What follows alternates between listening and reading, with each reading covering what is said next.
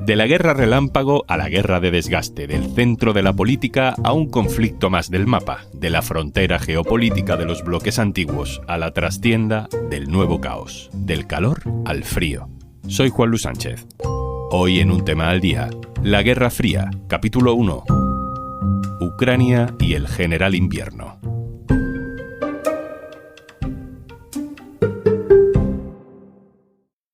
Una guerra, cuando estalla, suena así, sonó así hace 4 años. En febrero de 2022, Rusia hizo lo que muchos analistas dijeron que no se atrevería a hacer: bombardear e invadir Ucrania. Y cuando lo hizo parecía que iba a ser una guerra relámpago, con un ejército todopoderoso arrebatándole en cuestión de días a Ucrania sus aspiraciones de ser europea. Pero han pasado 4 años. En mayoría de los casos es para calentarse y para comer algo caliente. Sí.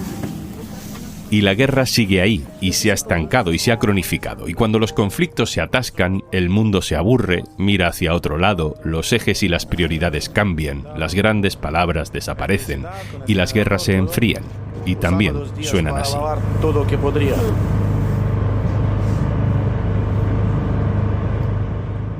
Es el ruido de un generador eléctrico. Estamos en una gran tienda de campaña en Kiev donde se reparte comida y se da algo de calor a muchas vidas que desde hace 4 años están congeladas. Lo más incómodo era el momento cuando teníamos temperatura de 4 grados en el piso y no teníamos electricidad y no podríamos con ninguna manera calentar si es el piso. En Ucrania, en este 4º aniversario de guerra, hay una reportera del diario.es, Gabriela Sánchez. Hola. Hola, ¿qué tal? Este es el primero de los 2 episodios que hemos preparado para explicar qué está pasando en Ucrania, ahora que el mundo tiene tantos otros puntos de interés. Queremos entender cómo ha cambiado la vida, también la nuestra, desde que esta guerra estalló en 2022. Gabriela, como enviada especial del diario.es a Ucrania, ¿qué país te has encontrado? La primera vez que estuviste allí, habían pasado apenas unas semanas desde el principio de la guerra. ¿Notas el desgaste? Sí, noto cierto desgaste, hartazgos, ¿no?, de todos los efectos que ha conllevado y que sigue conllevando en el día a día para los ucranianos esta guerra. En cada una de las regiones hay cansancio, hay hartazgo, pero a su vez también he notado pues cierta normalización, o quizá más que normalización, mucha adaptación a todos esos impactos del conflicto. O adolescentes que cuentan que cuando empezó la guerra tenían 10 años y que cuando les preguntas por cómo ha afectado a su vida les cuesta responder. A un chico, por ejemplo, de 14 años decía, es que, claro, la guerra empezó cuando tenía 10 años. Sin embargo, nos contaba a su vez que su casa había pocas horas de luz al día. Entonces, sí se percibe esa adaptación, porque al final la vida tiene que seguir y los ucranianos buscan las formas a nivel, ¿no?, social en su día a día de adaptarse a esta nueva realidad que parecía que iba a ser una guerra corta y ya lleva 4 años en esta situación. Hay un elemento que está siendo central en las crónicas de Gabriela desde Ucrania: el frío. Están 3 semanas sin calefacción, sin agua caliente. Pues dice que así vivimos. Destruyeron totalmente la central térmica, así que están sin calefacción. Es el testimonio de Oksana, aunque estamos escuchando al traductor que acompaña a Gabriela. Para calentarse, ella, por ejemplo, pone el gas para calentar un poquito su piso donde vive ella, pero dice que se despierta a las 3 de la noche para apagar el gas porque entiende que si toda la noche va a estar encendido, pues el tema de gas y es peligroso. Gabriela, ¿hasta qué punto está siendo relevante en esta guerra el frío, la crisis de energía para el funcionamiento del país? Solo hay que observar los principales objetivos, ¿no?, de los bombardeos rusos. ¿Cuáles están siendo? Uno de los objetivos claves son las infraestructuras energéticas de distinto tipo, ¿no? Justo estos días, cuando hacía un poco más de frío, volvían a bajar las temperaturas, varias personas muy diferentes entre sí, no tenían nada que ver, nos dijeron una frase que la verdad que me llamó mucho la atención. Cuando preguntábamos si creían que podría haber un ataque pronto masivo, decían: hoy hace más frío, así que seguramente en unos días habrá un ataque. Es decir, la gente une directamente que haga más frío con que haya más ataques. Y están convencidos de que Rusia busca precisamente que la población y los propios soldados lo pasen peor al no tener una fuente, ¿no?, de calor cuando hace tanto frío. ¿Qué te cuenta la gente sobre el frío como consecuencia o como arma de guerra? ¿La gente te habla de eso? Sí, en Kiev hemos hablado con muchísima gente que o tiene cortes de luz y solo tiene unas horas de electricidad al día, o directamente no tiene luz o no tiene calefacción. En Kiev ahora mismo y en otras zonas del país hace mucho frío. Hemos estado a unos menos 13 grados de mínima y hace unas semanas han llegado a menos 20 en una ola de frío polar que no se había visto en Kiev en décadas. Para que os hagáis una idea, el otro día intentaba grabar un vídeo con el móvil, saqué el guante un momento y ya me dolía de una manera de sentir dolor, ¿no? Y tener que calentarte rápido en algún sitio porque parece que se te están clavando cuchillos. Esto no lo cuento, obviamente eso no es lo importante, pero para que hagáis una idea, que eso me servía a mí mucho para pensar y para imaginar cómo lo debe de pasar la señora que tenía enfrente y me decía que no tenía calefacción, que con ese frío ella estaba durmiendo sin calefacción en su casa. Y ellas pues me explicaban diversas formas que utilizan para aguantar el frío. Y ella me ha enseñado todo tipo de artilugios o remedios caseros y se reía diciendo que al final se han vuelto unas expertas y que a lo mejor son cosas que les habían dicho en su momento sus abuelas o que lo habían visto en casa o que incluso ahora lo han visto, ¿no?, en numerosos TikToks de influencers que cuentan los trucos que tienen para intentar afrontar esta situación. Y por ejemplo, de ladrillos que si se colocan sobre el fuego con el gas multiplican el calor que aporta ese fuego, hasta pues rellenar botes de vidrio con agua caliente y que aguantan bastante bien el calor durante más tiempo que las bolsas de agua más habituales. Sobre todo la preocupación también de las ONGs y de las autoridades es aquellas personas que tienen movilidad reducida estaban en sus casas, ¿no?, cómo lo han debido de pasar, e incluso ha habido alguna muerte relacionada con esta situación. Obviamente, en un país en guerra, Gabriela, no solo mata el frío, matan sobre todo los ataques directos del ejército enemigo. Sí, de hecho, la primera noche que estuve en Kiev hubo esa madrugada un ataque masivo que afectó a muchos puntos del país.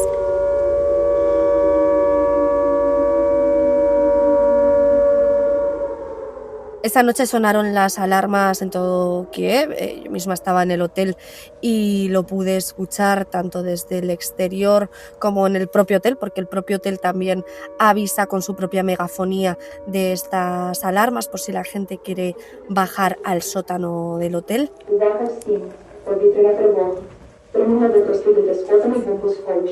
Sin embargo, ocurrió lo que muchos ciudadanos ucranianos cuentan, ¿no?, que en este caso parece que la mayoría de los ataques no iban dirigidos a Kiev y los propios ucranianos lo que hacen es mirar en diferentes canales de Telegram o en TikTok hacia dónde se dirigen esos ataques, a qué tipo de armamento es, si son drones, si son muchos, si no, para en base a eso, cuando abres un ojo por la noche, decides si es necesario bajar al sótano o estás muy cansado y decides seguir durmiendo. Y según pregunté a varias personas de Kiev, al día siguiente, pues la mayoría, viendo esas aplicaciones, decidieron seguir durmiendo porque todo apuntaba a que no iban dirigidos a Kiev en su mayoría. No fue un ataque muy pronunciado en la zona de Kiev, sino que sobre todo afectó, por ejemplo, a Odessa, donde sí que impactaron en infraestructuras energéticas y en algunos puntos más cercanos al frente, donde sí hubo algunas bajas. Ahora vuelvo contigo, Gabriela, pero vamos a saludar a Jesús Núñez. Hola, Jesús. Hola, ¿qué hay? Jesús Núñez ha sido durante estos años nuestro analista de cabecera para el conflicto de Ucrania. Jesús, ¿tú imaginabas cuando estalló todo esto que la guerra se alargaría tanto tiempo? Claramente no, y creo que eso era una opinión muy generalizada porque pensábamos en aquel momento que una supuesta maquinaria militar tan potente como la de Rusia, primera potencia nuclear del planeta y en términos convencionales uno de los, se supone, mejores ejércitos que había, cuando Putin lanza lo que él llamó la operación especial militar, la sensación que había y los primeros acontecimientos sobre el terreno daban a entender que aquello iba a ser una cuestión de días o como mucho de semanas. No parecía que las Fuerzas Armadas ucranianas tuvieran capacidad para frenarlo. Sin embargo, lo que vimos de inmediato es que esa operación especial militar se empantanó en una mezcla de corrupción e ineficiencia operativa que llevó a que lo que en principio iban a ser, ya digo, una cuestión muy rápida para deponer a Volodymyr Zelensky en la presidencia y colocar a una marioneta al gusto de Moscú, se fue alargando y nos lleva hasta hoy. ¿Cómo ha cambiado el mundo esta guerra de Ucrania, Jesús? Desde luego lo ha cambiado en muchos sentidos. Desde mi punto de vista lo ha cambiado en el ámbito estrictamente militar, puesto que ahí la introducción de los drones fundamentalmente ha modificado la manera de hacer la guerra en una medida en la que no había ocurrido hasta ahora con ningún otro conflicto.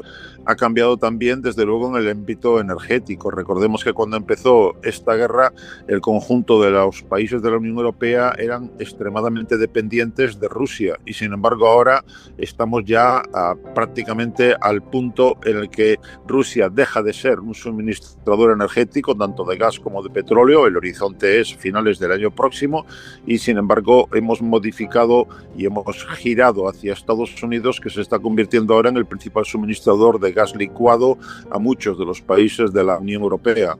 Ha cambiado también el ámbito político, puesto que ahora mismo la Unión Europea en estos 4 años ha tomado decisiones que parecían imposibles poco antes del inicio de la invasión, incluyendo esa suma de voluntades para apostar económica y militarmente por la defensa ucraniana, y eso ha llevado a aprobar mecanismos y a aportar en recursos económicos y militares que hasta ahora parecían fuera de la agenda de la Unión Europea. Y en definitiva ha dejado claro también que la ONU desgraciadamente no sirve como actor relevante a la hora de garantizar la paz y la seguridad a escala mundial. Luego todo eso son, así a bola pluma, cambios sustanciales que han venido en estos 4 años.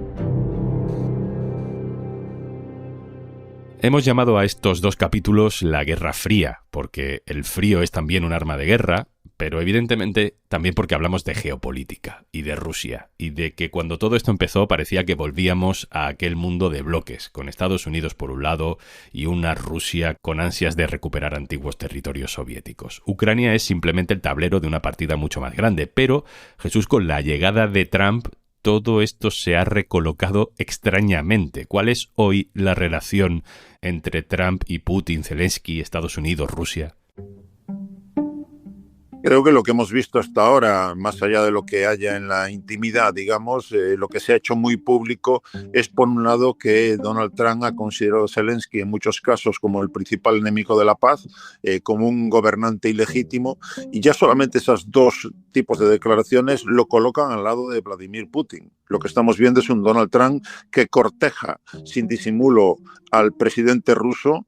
Incluso hay quien lo interpreta en términos de que lo que busca Estados Unidos es separar a Rusia de China para así poder dejar a Pekín convertido en el principal rival estratégico más aislado y poder así concentrar más los esfuerzos para hacerle frente. Y estamos viendo como Putin está sabiendo jugar muy bien, por un lado considerando también a Zelensky como el enemigo de la paz principalmente, y por otro lado dejándose querer por Estados Unidos con una posición muy ambigua en la que simultáneamente dice estar a favor de un acuerdo y a favor de la paz, mientras que por otro lado sigue adelante con una estrategia militarista que lo que busca claramente es conseguir todavía posiciones de mayor ventaja para que cuando llegue, que entiendo que llegará, un acuerdo de paz, pueda imponer las condiciones que le interesen a Moscú, contando con que Washington va a echar una mano para que así sea. Ucrania ha resistido mucho más de lo previsto, porque Rusia no tenía un ejército quizá tan potente como creíamos, porque Europa y Estados Unidos se volcaron al principio para enviar armas que han ayudado a resistir, pero, Jesús, la situación parece ya muy límite, ¿no? Llevo 4 años preguntándote esto, pero allá va de nuevo. ¿Ves posible algún tipo de acuerdo de paz que no pase porque Ucrania ceda territorio a Rusia? Entiendo que, como ha ocurrido en tantos otros conflictos violentos, cuando los contendientes llegan al punto en el que entienden claramente que por vía militar no van a conseguir mejorar sus posiciones, no van a conseguir la victoria, sobre el contrario, imponiendo su dictado sin ningún tipo de limitación, lo que se impone es la vía de la negociación. En este caso, la negociación ya está en marcha, aunque de momento los avances son mínimos, pero parece abocado todo a llegar a ese punto en el que se establezca algún tipo de acuerdo. Otra cosa es si ese acuerdo va a ser una paz justa, global y duradera. Pero lo que estamos viendo es una situación en la cual, evidentemente, a Rusia le supone un coste enorme, tanto en vidas como económicamente, la situación actual, puesto que está en una economía de guerra, sufriendo sanciones internacionales y están muriendo alrededor de unos 30.000 soldados al mes, entre muertos y heridos y desaparecidos. Por lo tanto, eso es insostenible a largo plazo, pero lo que cuenta Moscú es que Kiev está en una situación todavía peor, tanto en términos demográficos como en términos industriales, como económicos, como militares, y por lo tanto tiene menos capacidad de aguantar este conflicto si se prolonga todavía más en el tiempo. Eso le da una cierta posición de ventaja en las negociaciones. Si a eso se le añade que Estados Unidos, con Donald Trump a la cabeza, está intentando presionar a Zelensky para que acepte las condiciones que le impone Moscú, pues evidentemente Ucrania se encuentra en una posición más débil en la mesa de negociaciones. Pero en cualquier caso, no consigo imaginar un escenario en el cual Rusia salga con las manos vacías después de todo lo que ha hecho durante estos 4 años, y por lo tanto creo que nos dirigimos hacia un escenario que bien puede ocurrir a lo largo de este año, en el que pueda haber algún acuerdo por el cual Ucrania tendría que ceder una parte de su territorio. Actualmente en torno al 20% de Ucrania está en manos de las tropas rusas, y que pueda obtener algún tipo de garantías de seguridad por parte de sus propios aliados, incluyendo Estados Unidos, para neutralizar la posibilidad de que algún día en el futuro Rusia pueda volver a las andadas. Pero más allá de ese escenario, creo que cualquier otro sería todavía más irreal. Jesús Núñez, codirector del Instituto de Estudios sobre Conflictos y Acción Humanitaria. Muchas gracias. Un placer, hasta la próxima. Gabriela Sánchez, Ucrania. Mañana seguimos con una historia especial, además, para los primeros oyentes de este podcast, porque esa voz que nos ha ayudado a traducir los testimonios del frío en este capítulo es la de un viejo conocido de Un Tema al Día. Hola Gabriela, perdón por no haberte respondido antes, la situación cambia de la forma muy rápida. Sí, he visto a Igor y ya era hora, porque le conocía desde hace casi 4 años y todavía no la había podido conocer en persona. Nos lo cuentas en el siguiente episodio, porque creo que además le ha cambiado y mucho la vida en estos 4 años. Gabriela Sánchez, Kiev, Ucrania, muchas gracias. Muchas gracias.